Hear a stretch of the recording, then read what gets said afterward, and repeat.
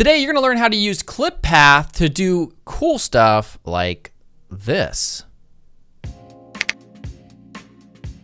everyone, what's up? Gary Simon of CourseCentral.com. So today we're going to take a look at clip path. And I've looked at, I've did tutorials on this channel before where I've looked at clip path in relation to SVG. But this time we're just going to use clip path property without any SVG to still create really cool, interesting UI animations and effects. So as we can see here, we have like this little icon where we can hover over and we're changing the background color, and we're also displaying sort of like this panel of information. We're also going to play around with some other clip path properties for some other examples. All right, so make sure to subscribe if you haven't yet, and let's get started. All right, so let's go ahead and get started. I'm in Visual Studio Code. We're going to create an index.html. As always, we're going to hit exclamation point enter for an Emmet abbreviation for a quick boilerplate here. We're going to use this link, and we're going to say CSS main.css for our style sheet.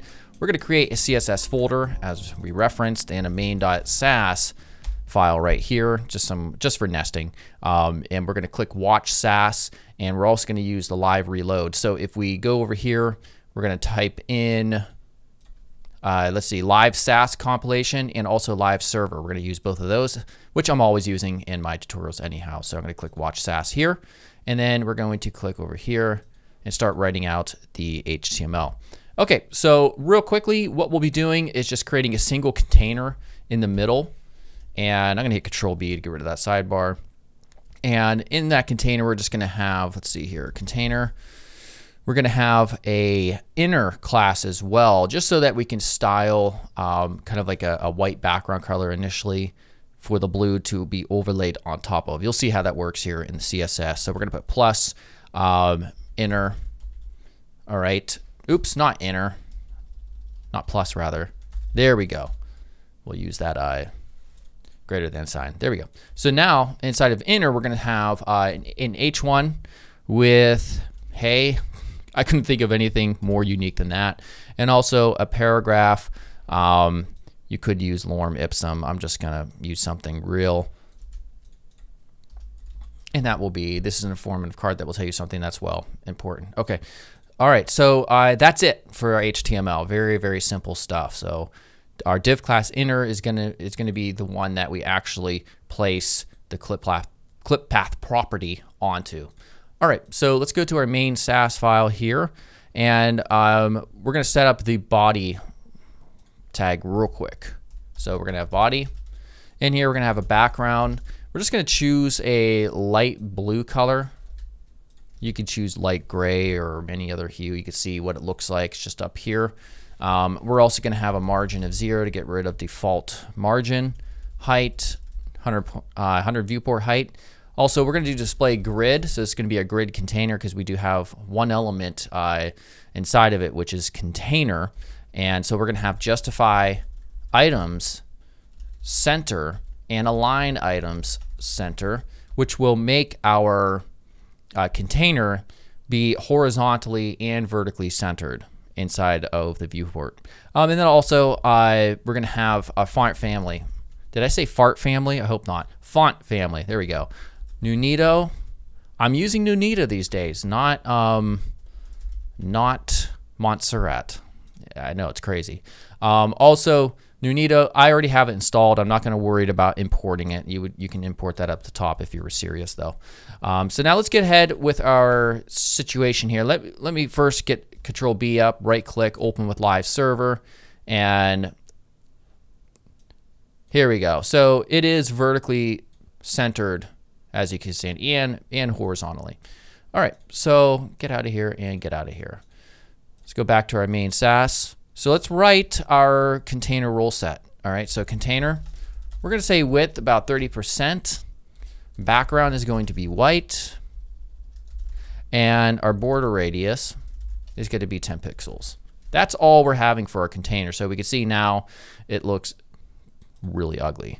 That's the issue of not having white space or padding. So let's fix that real quick. So we're going to take our inner, which is a child element of container, and we're going to say background. And this time, the background's going to be the background that really comes in after the clip effect, but we're going to see it initially here in a second. So padding, let's give that 1 EM, and then border radius, we're going to say 10 pixels as well, and then width will be 100% of the parent container right here. So that's what this looks like.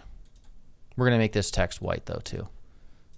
So let's go ahead, and this is where we're going to be placing that clip path property onto, but not just yet. So inside of here, just before the closing inner bracket, we're going to have an H1, color white, margin 0 to get rid of default margin.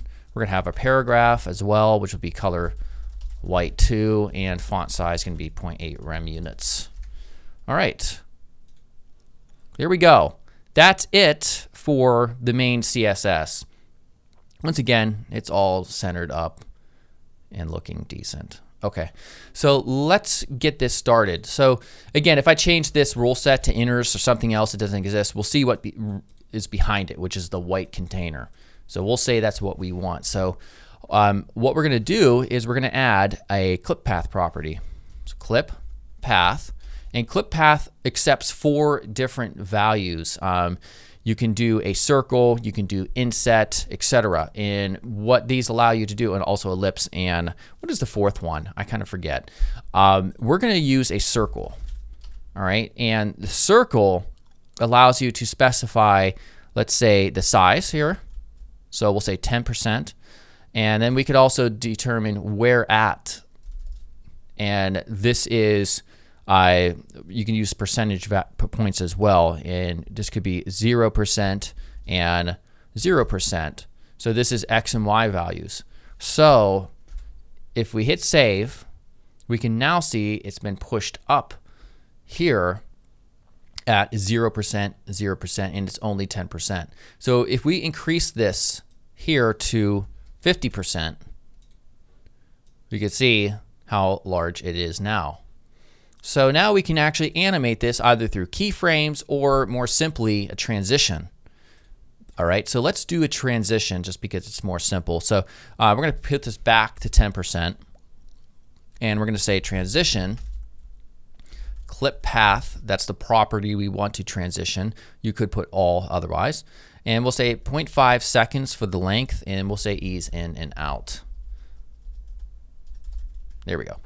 All right, and then what we'll do is, let's say we want this to transition when anybody hovers over the containing element. If we wanted it to just be, if they hovered over this part, we would add the following code just for inner, but we're going to add this for container. So the way that will work is we're going to come out here, right here, inside of container, and we're going to say and hover inner.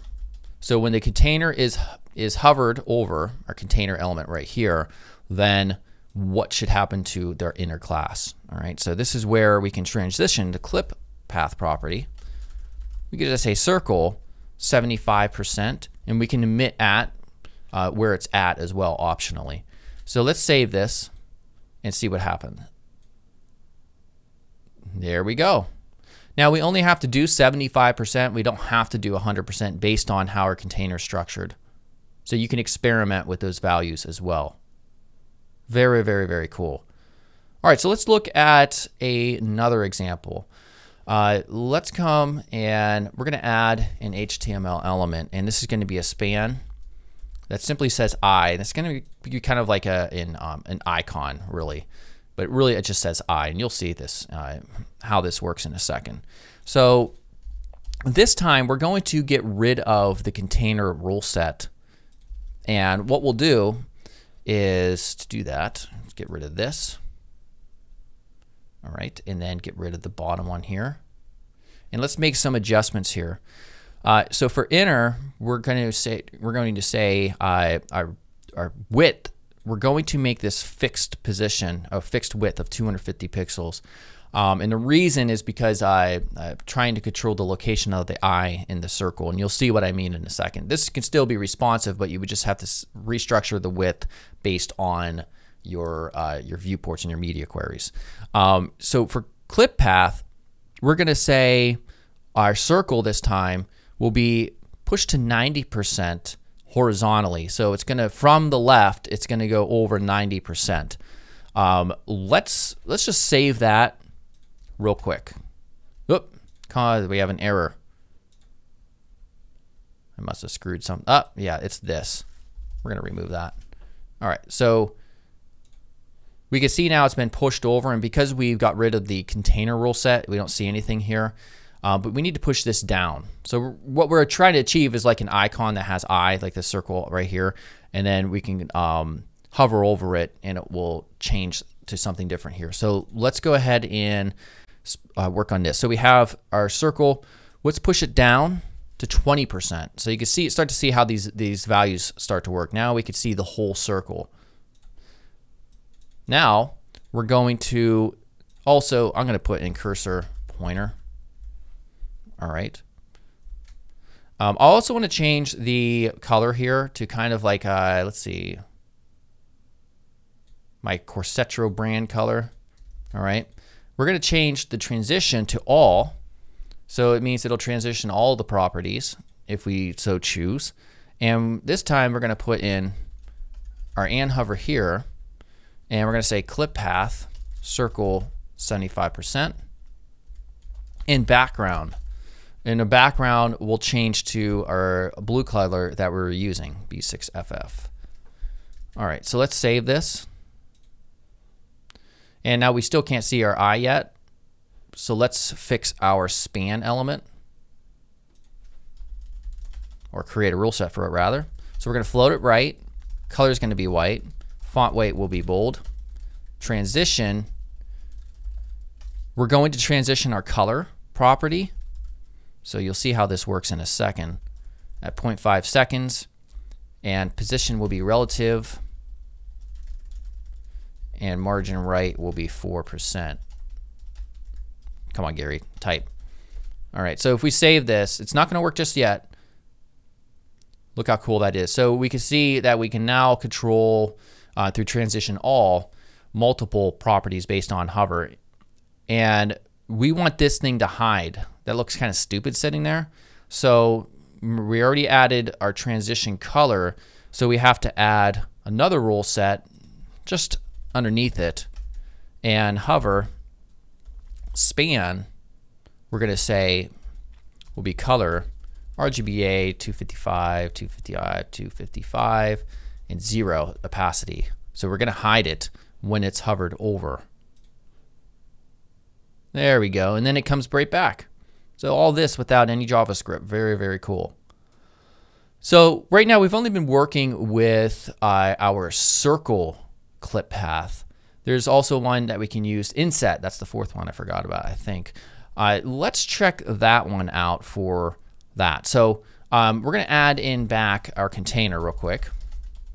And our container, again, all the stuff, same stuff from before, background white, and border radius will be 10 pixels.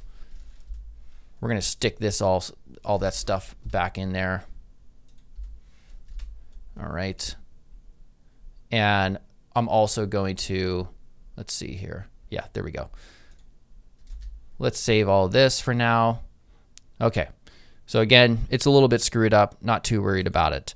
Let's go ahead and make some adjustments. So our background, everything remains, or inner rather, everything remains the same, except we're going to change our width to a calc of 100% minus the 2EM for the padding to account for this.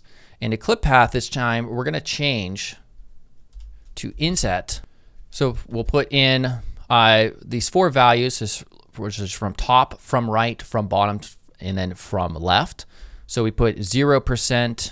So if you did all zeros and save this, we could see everything, because it's saying from all of these directions, it's going to be 0%. So for instance, it will become hidden if we say from the left 100%. We can see, we can no longer see it anymore because it's from the left. It's going to push it 100% over. Hopefully that makes sense. It will once we start to add a hover here. So for the hover, let's get rid of that. We don't need the span right here. Let's get rid of this again in our index.html. And let's come out here, put our and hover inner back. So this is placed onto the background or the container property. So let's change this to inset, and we'll say 0%. So this is the value we're changing from 100% to 0%. And there we go. That's where you can create kind of like a sliding door effect. So really, you can really experiment with a lot of the different values here. So like, what would this look like? 50% from the right. So you can get really creative with it, as you can see. So hopefully this helped out just a bit. All right, so hopefully you enjoyed that. If you did, once again, make sure to subscribe, click the bell notification icon, and I will see you guys real soon. Goodbye.